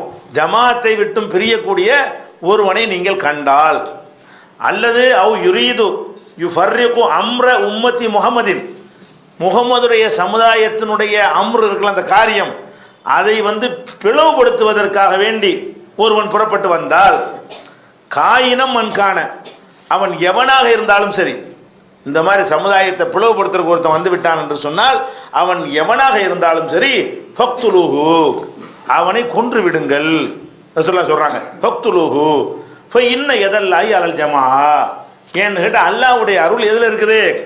ஜமாத்தோடு தான் இருக்குதுங்கிறாங்க. இப்போ என்ன சொல்லுது இந்த இடத்துல? ஜமாத்துக்கு என்ன அர்த்தம் வழங்கி போச்சா? ஜமாத் என்று ரசூலுல்லாஹ் இங்கே சொல்லுவது அரசாங்கத்தை தான் சொல்றாங்க. எதை சொல்றாங்க? ஒரு அரசாங்கம் அமைந்து ஒரு தலைவரின் கீழே ஒரு கவர்மெண்ட் ஃபார்ம் ஆகிருக்கும் பொழுது, நானும் கவர்மெண்ட் அமைக்க போறேன் அப்படின்னு ஒருத்தன் என்ன செய்யறான், கிளம்பி வர்றான். அப்ப அந்த அம்ரை, அந்த அதிகாரத்தை குலைக்கும் விதமாக ஒரு இடத்துல தலைவனாக இருக்கும்போது இன்னொரு தலைவன் உண்டான அதிகாரம் குலைஞ்சு போயிருமா இல்லையா? அப்படி ஒருத்தன் வந்தான்னு சொன்னா புரட்சி செய்யறது, அதாவது இஸ்லாமிய அரசாங்கத்துக்கு எதிராக புரட்சி செய்யறான் பாருங்க, அவனை தான் கொல்லவும் சொல்ல முடியும். இல்லாட்டி இவங்க கொள்ள சொல்லுவாங்க. இல்லாட்டி என்ன செய்யுங்க, நம்ம சில விஷயங்களை வந்து 20 ரகாத் பிரச்சனை நம்ம வந்து பிரிச்சுட்டோம். ஜமாத்தை வரதட்சணை வாங்கிட்டு இருந்தாங்க, நம்ம வாங்கக்கூடாதுன்னு சொல்லி நம்ம என்ன செஞ்சோம், பிரிச்சு விட்டோம். எங்களை கொல்லணும்னு பத்தா கொடுப்போம். இந்த அதிசை வச்சு அவனை கொடுப்பானா, பத்தா கொடுப்பானா, இது கொல்லணும்னா இது இதுக்குள்ளது இல்லைங்கிறாங்க. எதுக்குள்ளது இல்லை இது? இந்த இடத்துல ஜமாத் என்று சொல்வதெல்லாம் எதுக்கு சொல்லப்படுது? ஒரு அரசாங்கத்துக்கு தான் ஜமாத்னா கூட்ட அமைப்பு என்னன்னு கேட்டால், மார்க்கத்தில் ஜமாத் என்பது ஒரு அமீர் இருந்து, ஒரு ஜனாதிபதி இருந்து, அவருக்குள்ள ஒரு அழகான ஒரு செட்டப் நிர்வாகம் இருக்கும் பொழுது ஒருத்தன் கிளம்பி வர்றான், நான் தான் ஜனாதிபதி அப்படின்னு வந்தான்னு வைங்க. இப்போ மக்கள் ரெண்டா போயிடுவாங்களா இல்லையா? மக்கள் மத்தியில் குழப்பம் வருமா இல்லையா? இப்படி கிளம்பும் போது மண்ணில் தட்டிவிட்டோம்னா ஒரு அரசுக்கு எதிராக புரட்சி பண்ணுவது, ஒரு இஸ்லாமிய அரசுக்கு எதிராக ஒரு புரட்சி பண்ணக்கூடிய ஒருத்தனை தான் இது எச்சரிக்கிறது. இன்னொரு திருப்பி அதில் பாருங்க, இன்னஹு சயகூனு பாதி ஹனாத்தும் ஹனாத், எனக்கு பிறகு நிறைய பிளவுகள் ஏற்படும், சண்டை சச்சரவுகள் என்ன செய்யும், ஏற்படும். ஃபமன் ரஐத்துமூஹு ஃபாரகல் ஜமா, அப்ப ஜமாத்தை பிரிக்கக்கூடிய ஒருவனை நீங்கள் கண்டால், ஜமாத்தை பிரிக்கக்கூடிய ஒருவனை கண்டால், அவ் யுரீது யுஃபர்ரிகு அம்ர உம்மத்த முஹம்மதின், முஹம்மது ஸல்லல்லாஹு அலைஹி வஸல்லமுடைய உம்மத்துகளுடைய அந்த அம்ரை அதிகாரத்தை பிளவுபடுத்த, அம்ருன்னு அதிகாரம், அதிகாரத்தை பிளவுபடுத்த நாடும் ஒருவனை நீங்கள் கண்டால், இந்த அதிகாரத்தை பிளவுபடுத்துறது தான், அதிகாரத்தை துண்டாக்குறது. ஒரு இடத்துல அதிகாரம் இருக்கிறது என்ன செய்யறது, துண்டாக்குறது. அப்படி ஒருத்தன் கிளம்பி வந்தால், காயினம் மண்கான, அவன் எவனாக இருந்தாலும் சரி, ஃபக்துலுஹு, அவனை கொன்று விடுங்கள். இந்த கொன்று விடுங்கள்ங்கிற விஷயம்தான் இதனுடைய அர்த்தத்தை நம்ம காட்டுகிறது. கொன்று விடுங்கள் யாருக்கு சொல்ல முடியும்? இந்த 72 கூட்டமும் இந்த மாதிரி ஃபத்வா கொடுப்பாங்களா? ஒரு இயக்கத்திலேருந்து விலகி போயிட்டு அவனை கொள்ளுங்க, ஒரு ஜமாத்தில் விலகி போயிட்டால் கொள்ளுங்க, தப்லீகில் நம்ம கொஞ்ச நாள் இருக்கிறோம், பிடிக்கலன்னு வெளியே வந்துட்டோம், கொள்ளுவீங்களா? அப்படி சொல்லப்ப அப்போ அதானே ஆதாரம் காட்டிய ஜமாத்துட்டு. அந்த ஜமாத்து ஹதீஸ் படி என்ன செய்யணும், தப்லீகை விட்டு விலகி அவனை தப்லீகாரன் கொள்ளுவானா? ஜமாத்து இஸ்லாமியை விட்டு விலகணும்னா ஜமாத்து கொள்ளணும்னு சொல்றானா? எந்த இயக்கமாக சொல்லுவானா எங்கள் இயக்கத்தை விட்டு வெளியேறினால் அவன் தானே ஜமாத்தா இருக்கிறேங்கிறான். உங்களுடைய ஜமாத்தை நீங்கள் எல்லாம் ஒன்றா சேர்ந்துக்கிட்டு இருக்கிற ஒரு இயக்கமாக இருக்கிறீங்க, ஒருத்தன் எதிர்க்கிறான், உடனே அவனை கொண்டுருவீங்களா? கொல்லணும்னு கொள்கையிலையாவது சொல்லுவீங்களா? கொன்றால் அது கொலையில் சேராதுன்னு பத்தா கொடுப்பீங்களா? கொடுக்கணும்ல. கொல்லுங்கள்னு அனுமதி இருந்தால் இதில் வராது, கொலையில் வராது. அப்போ இது யார் செஞ்சால் கொலையா வராது? ஒரு அரசாங்கமாக இருந்து அரசாங்கத்துக்கு எதிராக புரட்சி பண்ணும் பொழுது நாட்டை காப்பாற்றுறதுக்காக வேண்டி ஒருத்தனை கொலை பண்ணால் இதில் வராது, கொலையில் வராது, தண்டனையில் வந்துடும். ஒரு அரசாங்கம் கொடுக்கக்கூடிய தண்டனை ஆகும். கொல்லுங்கள்னு சொன்னதே அவன் கொள்றதை சொல்லவே செய்யாது, அரசாங்கத்துக்கு தான் சொல்லும். இந்த கொல்லுங்களுக்கு தான் யார் தான் செய்ய முடியும்? ஒரு திருநா கையை வெட்டுங்கள்னு குரானில் இருந்தால் யார் செய்வா? அரசாங்கம் தான் செய்யணும். விபச்சாரத்தை தண்டனைங்கள்னா யார் செய்வாத? அரசாங்கம் தான் செய்யணும். கொல்லுங்கள்னு ஒரு ஆர்டர் போடப்படுமையானால் அந்த ஆர்டர் என்ன செய்ய முடியாது? மனிதன்லாம் செய்ய முடியாது, மனிதன் இயக்கம் சங்கம்லாம் செய்யவே முடியாது. யார் தான் செய்யணும்? கவர்மெண்ட் செய்யணும். அப்போ கவர்மெண்ட்டை பிடிச்சி கொல்லுங்கள்னு சொல்வதில் இருந்தே என்ன வழங்குறது? இது கவர்மெண்ட் சம்பந்தப்பட்ட விஷயம், அதை உடைச்சிக்கிட்டு புரட்சி பண்ணிவிடாதீங்க. ஒரு ஒரு தலைவரின் கீழே நீங்கள் ஒன்றா இருக்கிறதா அல்லாஹ்வுடைய அருள் கிடைக்கும். இதை சொல்லிட்டு தான் இப்போ இன்ன எதல்லாஹி மால் ஜமா, அல்லாஹ்வுடைய கை ஜமாத்தோடு தான் இருக்கும். நீங்கள் புரட்சி பண்ணிக்கிட்டு நீங்கள் அவனுக்கு அதிகாரத்தை உண்டாக்குறதுக்காக என்ன செய்யாதீங்க, நானும் ராஜான்னு கிளம்பி வந்துட்டீங்கன்னா அல்லாஹ்வுடைய அருள் உங்களுக்கு கிடைக்காது. அப்போ இந்த ஜமாத்தோடு அல்லாஹ்வுடைய கை இருக்குங்கிறது இந்த ஹதீஸ்லையும் இருக்குது, அந்த ஹதீஸ்லையும் இருக்குது. அந்த ஹதீஸில் அந்த வார்த்தை மட்டும் இருக்குது. இந்த ஹதீஸில் என்ன அர்த்தம்னு விளங்குறதுக்குரிய வாசகங்கள்லாம் முன்னாடி போட்டு அதனோடு சேர்ந்து இருக்குது. அப்போ அல்லாஹ்வுடைய அருள் ஜமாத்தோடு இருக்குன்னாட்டா ஒரு ஒரு அரசாங்கத்தில் ஒரு நிறுவனம் ஒரு நிர்வாகம் இருக்கும் பொழுது அதோடு தான் சேர்ந்திருக்க வேண்டும். எதிர்த்து ஆயுத புரட்சி கிளர்ச்சி செஞ்சு முஸ்லீம்களை கொன்று அந்த மாதிரியான வேலைகளை நீங்கள் செஞ்சிடாதீங்க, அதுக்கு இடம் கொடுத்துடாதீங்க, ஒன்றா சேர்ந்தே இருங்க, உங்களுக்கு அல்லாஹ்வுடைய அருள் கிடைக்கும். இதில் இது எப்படி மார்க்கத்து விஷயத்தில் ஹலால் ஹராமுக்கு எல்லாம் கூடி மசூரா பண்ணுங்கன்னு எப்படி அர்த்தம் வரும்? இதில் என்னத்துக்கு சொல்லப்படுது? புரட்சி பண்ணிடாதீங்க, ஆயுத புரட்சி செய்யாதீங்க, கலகம் பண்ணாதீங்க. ஒரு அரசாங்கத்தில் இருக்கும்போது என்ன செய்யக்கூடாது? கலகம் பண்ணிடாதீங்கன்னு சொல்லக்கூடியது தான் ஜமாத்துக்கு அர்த்தமே தவிர கலகம் பண்ணாதவர்கள் அருள் கிடைக்கும், கலகம் பண்ணி போனால் அவனுக்கு என்ன கிடைக்காது? அருள் கிடைக்காது. இது இவங்க எதுக்கு கொண்டு வர்றாங்க? இஸ்லாத்துடைய மூலாதாரத்தை கொண்டு வர்றாங்க. இதை மூலாதாரம் 4, அதில் இஜ்மாண்டு 1. இஜ்மாண்டா என்ன? எல்லாம் ஏகமானதாக கூடி முடிவு செய்யலாம். என்னப்பா ஆதாரம்? இது ஆதாரமா? இதில் எங்கே ஏகமானதாக கூடி நீங்கள் ஹலால் ஹராம் ஆக்கிக்கிறங்க, சுன்னத்து முஸ்தாபுல நீங்களே உண்டாக்கிக்கிறங்க, ஃபர்ல நீங்களே இந்த இஜ்மா பண்ணி என்ன செய்யுங்க செஞ்சுக்கிறங்க, அந்த அர்த்தம் எல்லாரும் இருக்க. முதல்ல அப்ப இந்த ஹதீஸில் இவர்கள் சொல்லக்கூடிய அர்த்தமே கிடையாது. எதுதான் இருக்கிறது? அந்த கூட்டமைப்பை சிதைத்து விடக்கூடாது, அதுதான் இருக்கிறது. அந்த கூட்டமைப்பு கூட அரசாங்க கூட்டமைப்பு தான், கொள்ளுங்கள் எல்லாரும் சொல்ல முடியாது. ஒரு சங்கம் ஒரு நிறுவனத்திலிருந்து வெளியே போறதுக்கெல்லாம் கொள்ள முடியுமா? அப்படி எந்த ஒரு 72 கூட்டமாக ஃபத்வா கொடுக்க முடியுமானா முடியாது. அப்ப இதை நசையில் உள்ள ஹதீஸை வச்சு நம்ம என்ன செய்யணும், அதை விளங்கி கொள்ள வேண்டும். அது ஒன்னாச்சா. அடுத்து என்னன்னு கேட்டா, இன்னொரு ஹதீஸ் ஒன்று சொல்லுவாங்க. இது சரியான ஹதீஸ். ஆனா இப்ப நம்ம சொன்னது என்னது?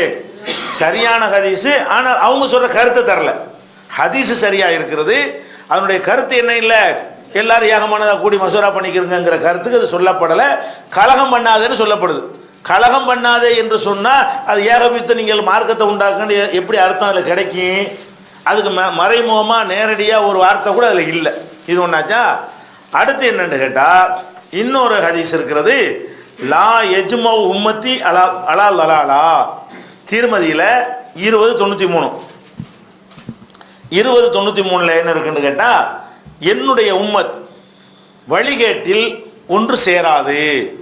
லா எஜ்மவ் உம்மத்தி, என்னுடைய உம்மத்துகள் ஒன்று சேர மாட்டார்கள். அலா லலாலத்தின், ஒரு வழிகேட்டின் மீது என்ன செய்ய மாட்டாங்க, ஒன்று சேர மாட்டார்கள். இப்படி ஒரு ஹதீஸ் இருக்குது.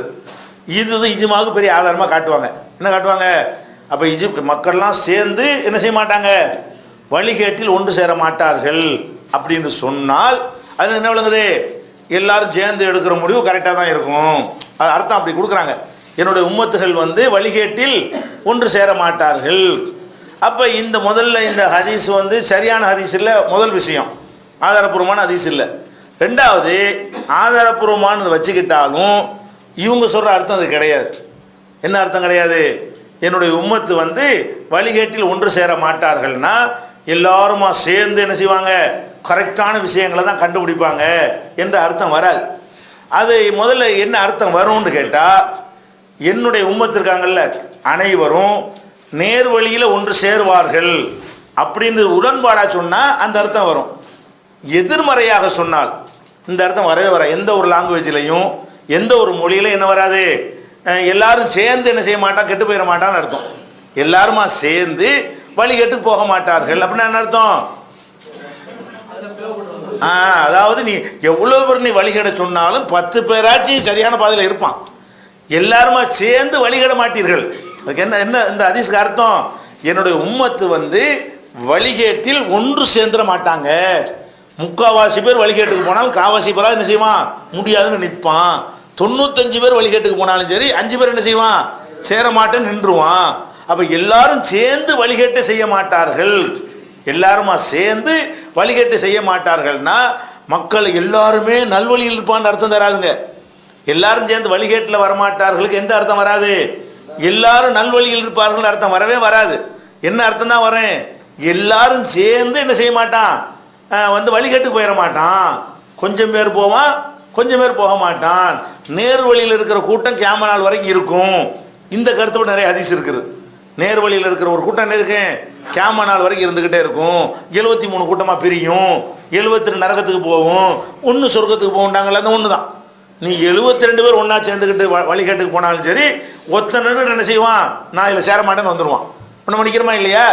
50 பேர் நீ வழிகேட்டில் ஒன்னா சேர்ந்தாலும் நம்ம என்ன செய்யறோம், நாங்கள் ஒன்றும் சேர மாட்டோம் நிற்கிறோம். எந்த ஒரு காலத்திலையும் எல்லாரும் சேர்ந்து தர்காவுக்கு போலான்னு முடிவெடுத்தாலும் சரி, எந்த காலத்திலும் எல்லாரும் சேர்ந்து எடுக்கவும் மாட்டான். எந்த காலத்தில் எடுத்தாலும் என்ன செய்வான், 10 பேர் அங்கே எதிர்ப்பு தெரிவிக்காம, எதிர்ப்பு குரல் கொடுக்காம இருக்கவே மாட்டான்.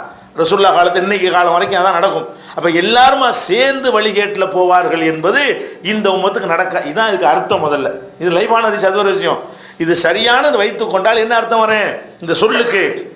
நபியா எதிர்மறையா தானே சொல்றோம். எல்லாரும் சேர்ந்து நேர்வழிக்கு வருவார்கள் என்று சொன்னால் உடன்பாடு. எல்லாரும் சேர்ந்து வழிகேட்டுக்கு போக மாட்டார்கள், எல்லாரும் சேர்ந்து வழிகேட்டுக்கு போக மாட்டார்கள் அப்படின்னா என்ன அர்த்தம்? கொஞ்சம் பேர் போமா, கொஞ்சம் பேர் போக மாட்டான், அதான அர்த்தம் வரும். இது லாஜிக்கில் மன்திக்குன்னு சொல்லுவாங்க இல்லையா, அந்த லாஜிக் பிரகாரமே எதிர்மறையாக சொன்னால் அதுக்கு அர்த்தம் வேற வந்துடும். எதிர்மறை உடன்பாடா சொன்னா அதுக்கு வேற அர்த்தம். உதாரணமா எல்லா மனிதனும் பகுத்தறி உள்ளவன், எல்லா மனிதனும் பகுத்தறி உள்ளவன். இப்ப என்ன அர்த்தம்? ஒருத்தன் கூட விடல, அவ்வளவு ஒரு பகுத்தறிவு இருக்கு. எல்லா மனிதனும் பகுத்தறிவு உள்ளவன் என்ன அர்த்தம்? பகுத்தறிவு எல்லாருக்கும் இருக்குன்னு அர்த்தம். எல்லா மனிதனும் நல்லவன் இல்லை, எல்லாரும் கெட்டவன் அர்த்தமா? எல்லா மனுஷனும் நல்லவன் இல்லைன்னா என்ன அர்த்தம் வரேன்? கொஞ்சம் நல்லவன் இருப்பான், கொஞ்சம் நல்லவன் இல்லாம இருப்பான்னு அந்த சொல்லுக்கு அர்த்தம் வருமே தவிர இது இப்படியே பேசுங்களேன். நல்லவனே வச்சுக்கிடுவோம், எல்லா மனுஷனும் நல்லவன் அப்படின்னு என்ன அர்த்தம்? ஒரு கட்டம் கூட இல்லைன்னு அர்த்தம். எல்லா மனுஷன் நல்லவன் அர்த்தம், எல்லாரும் நல்லவன் சொல்லிட்டே இல்ல, அப்ப கெட்டவன் இல்லைன்னு அர்த்தம். எல்லா மனுஷன் நல்லவன் இல்லை அப்படின்னா எல்லா நல்லவன் இல்லைன்னா அவ்வளவு பேரும் கெட்டவன் அர்த்தம் வருமா? எல்லா மனுஷன் நல்லவன் இல்ல, கொஞ்சம் நல்லவன் கொஞ்சம் கெட்டவன், அப்படிதான் வரும். இவங்க வேலை தப்ப வழங்கிக்கிறாங்க அர்த்தத்தை. எதிர்மறையா சொல்லும் பொழுது எந்த ஒரு பாஷையில எதிர்மறையா சொன்னாலும் என்ன வராது? அனைவருக்கும் அது மறுக்காது. எல்லாரும் நல்லவன் இல்லை, எல்லாரும் ஒழுக்கமானவர்கள் கிடையாது, எல்லாரையும் நம்ப முடியாதுன்னு சொன்னான்னு அர்த்தம். ஒருவரையும் நம்ப முடியாதுன்னா தான் அந்த அர்த்தம் வரும். என்ன வரும்? ஒருவன் கூட நல்லவன் இல்லைன்னா என்ன அர்த்தம்? ஒருத்தன் கூட நல்லவன் இல்லைன்னு அர்த்தம். எல்லாரும் நல்லவன் இல்லைன்னா அனைவரும் நல்லவர்களாக இல்லை, கொஞ்சம் பேர் மைனஸ் இருக்குது, எல்லாருமா நல்லவர்களா இல்லைன்னு அர்த்தம் வருது. இப்ப நம்ம என்ன வருது? ஹதீஸ்ல எதிர்மறையா தான் வருது. ஹதீஸ்ல என்ன வருது? உடன்பாடா வராம எதிர்மறை, உடன்பாடா வராம எதிர்மறை இல்லைங்கிற சேர மாட்டார்கள் வருது. அப்ப என்னுடைய உம்மத்துகள் வழிகேட்டில் அனைவரும் ஒன்று சேர மாட்டார்கள், அனைவரும் சேர்ந்து வழிகேட்டு போக மாட்டார்கள், அனைவரும் கூடி முடிவெடுத்து வழிகேட்டு போக மாட்டார்கள் அர்த்தம். கொஞ்சம் பேர் போவான், கொஞ்சம் பேர் போக மாட்டான். இந்த சத்தியத்தில் ஒரு கூட்டம் இருந்து கொண்டே இருக்கும். வழிகேட்டில் எவ்வளவு பெரிய கூட்டம் போனாலும் சரி கொஞ்சம் பேராக என்ன செய்வாங்க? நேர் வழியில் இருப்பார்கள். இதுதான் இதுக்கு அர்த்தமாவது. இது சரின்னு வைத்துக் கொண்டார், இந்த ஹதீஸை சரின்னு வைத்துக் கொண்டார். ஆனால் இந்த ஹதீஸை சொல்லக்கூடியதுல சுலைமான் அல் மதனின்னு வர்றாரு. இது திருமதி சொன்னல 2093, அதுல அறிவிப்பாளர் வந்து சுலைமான் அல் மதனின்னு ஒருத்தர் வர்றார். இவர் பலவீனமான ஒரு ஆள், இவர் சரியான ஒரு ஆள் கிடையாது. அப்ப சுலைமான் அல் மதனிங்கிறது பலவீனமான ஆள் இடம் பெறதுனால இந்த ஹதீஸ் முதல் லைவ் இதை எடுக்கவே கூடாது. இதை நீ ஆதாரமா காட்டாதே, என் உம்மத்துகள் வழிகேட்டில் ஒன்று சேர மாட்டார்கள்ங்கிற ஹதீஸை ஆதாரமா காட்டவே கூடாது. ஒரு பேச்சுக்கு நீ ஆதாரமா காட்டுவாயானால் நீ சொல்ற கருத்தை தராது. உடன்பாடா இது சொல்லப்படல. எதிர்மறையா நீங்க என்ன செய்யணும்? அனைவரும் எல்லோரும்ங்கிற வார்த்தையில எதிர்மறையை சேர்த்தால் அதுக்கு என்ன அர்த்தம் வராது? நல்ல வழங்கின எல்லோரும் அனைவரும் இந்த மாதிரியான சொல்லோட எதிர்மறையை சேர்த்தீங்க என்று சொன்னா அதுக்கு என்ன அர்த்தம் வராது? ஒவ்வொருவருக்கும் அர்த்தம் வரவே வராது. அப்ப உடன்பாட்டில் என்ன செய்யும்? எல்லோரும் சேர்த்தா ஒவ்வொருவரும் அர்த்தம் வந்துடும். எல்லோரும் நல்லவர், எல்லோரும் திறமையானவர்கள், எல்லோரும் ஒழுக்கமானவர்கள் என்ன அர்த்தம்? ஒவ்வொருவருங்கிற அர்த்தம் அதுக்கு. எல்லோரும் என்ன அர்த்தம்? ஒவ்வொருவருங்கிற அர்த்தம். எப்ப அதுக்கு? உடன்பாடா சொல்லும் போது. உடன்பாடுனா இருக்கிறாங்க இல்லைன்னு சொல்லாம இருக்கிறாங்கன்னு சொல்றதுக்கு பேர் என்னது? உடன்பாடு. எதிர்மறை என்ன? இல்ல கிடையாது நடக்காதுன்னு சொல்றோம்ல, அந்த மாதிரி சென்டென்ஸ்ல வந்து எல்லோரும் போட்டால் அனைவரும் என்று போட்டால் ஒவ்வொருவருங்கிற அர்த்தம் தராது. அனைவரும் நல்லவர் இல்லை என்றால் ஒவ்வொருவரும் நல்லவர் இல்லைன்னு அர்த்தம் வராது. இல்லைன்னு சொல்றோம்ல, அதனால அனைவரும் நல்லவர் இல்லை அப்படின்னா என்ன அர்த்தம்? சில நல்லவர் இருக்காங்க. அப்ப இந்த லாயித்தமி உம்மத்திய அலாலாங்கிறதுல வந்து எதிர்மறையா அனைவரும் சேர்ந்து வழிகட மாட்டார்கள், அனைவரும் வழிகட்டவர்கள் இல்லை, அனைவரும் வழிகட்டவர்கள் இல்லைன்னு அதுக்கு என்ன அர்த்தம் வரும்? கொஞ்சம் வழிகட்டவன். அப்ப இதுல இஜ்மா வருமா? எல்லாரும் சேர்ந்து நம்ம முடிவெடுத்தா சரியா வரும், எப்படி வரும்? அந்த கருத்து தரவே இல்லை. ஒன்னு லைஃப், ரெண்டாவது இல்ல அந்த கருத்து தரவில்லை.